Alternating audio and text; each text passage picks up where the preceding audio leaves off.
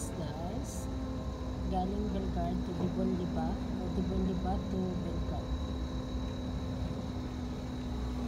Walang pasahero.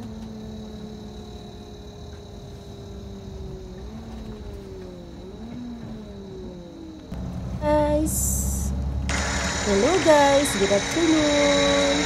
Ayan nga pala guys, yung view sa labas ng bus. Ayan, pauwi ako yan galing school.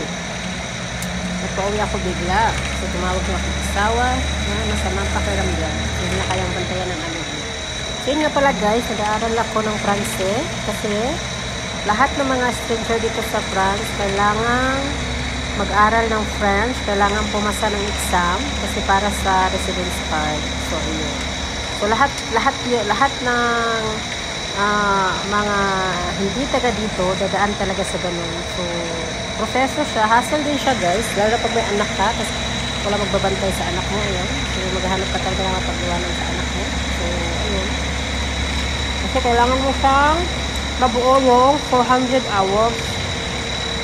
Pero pagka naka 200 hours ka na guys, ayun, pwedeng pagkas mag-exam ka, pag pumasa ka, so okay na siya, pwede ka na hindi mag-aral. So nasa yun na lang kung itutuloy mo yung A2. Kasi yung A2 na yun, need pa din yun para maging fluent ka sa French, para pag makakuha ka ng diploma nun, so pwede ka nang mag-apply sa medyo matataas na ng work. Kailangan pwede ka nang mag-apply ng opisina, yung mga ano.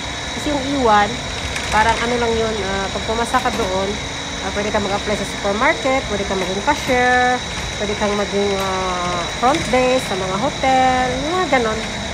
So, pero pag pumasa ka doon sa E1 na yun, na below sa average na hinihingi nila, pwede pa din, pero pwede ka pa rin maka-apply pwede ka pa rin mag-apply ng work, pero sa ano lang doon, kagaya ng supermarket, pero hindi cashier, kagaya lang yung taga-arrange lang ng mga ano, kung ano lang siya, parang sa hotel, pwede ka rin mag-apply, pero taga-linis ka lang, taga-ano ka.